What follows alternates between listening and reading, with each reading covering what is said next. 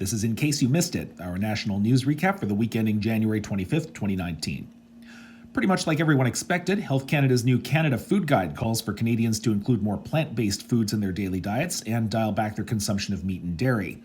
The old food rainbow is gone and replaced with three bigger groups: the fruit and vegetable group, the whole grains group, and the proteins group, which includes your meat, dairy, pulses, and soy protein.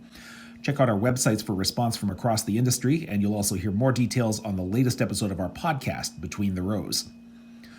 Canada's two major railways are reported to have been rationing space on trains bound for West Coast ports and prioritizing some commodities over others.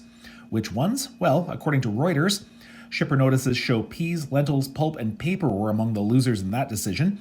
And now the Canadian Transportation Agency has launched an investigation into rail service around Vancouver after shippers complained of, quote, discriminatory treatment of certain commodities. Down east, a couple of Ontario farmers have tried out a new way to find a buyer for corn with high DON levels. A company by the name of Grain Discovery offered them the use of its platform to find a new local buyer and lock in the trade for immediate payment. To their knowledge, they said this is the first time any farmer anywhere has made a corn trade directly to a buyer using a blockchain-based system. A U.S. company, Green Growth Brands, has put in a second hostile takeover bid for Ontario cannabis producer Aphria, which says the new bid's terms are substantially identical to last month's offer. Aphria's board is asking shareholders not to commit to this bid until it can make a recommendation either way. Simplot's plans to expand its French fry processing plant at Portage la Prairie are expected to make Manitoba the #1 potato-producing province in Canada, pushing it ahead of Prince Edward Island. That's according to Manitoba Ag Minister Ralph Eichler.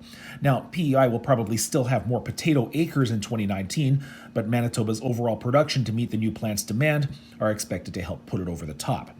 Eichler made his remarks at Manitoba Ag Days, which ran this past week in Brandon.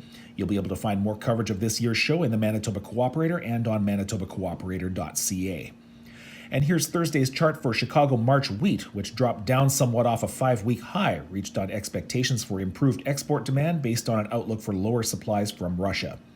In case you missed all this and others, check out the Glacier Farm Media Network with online daily news for farmers across Canada.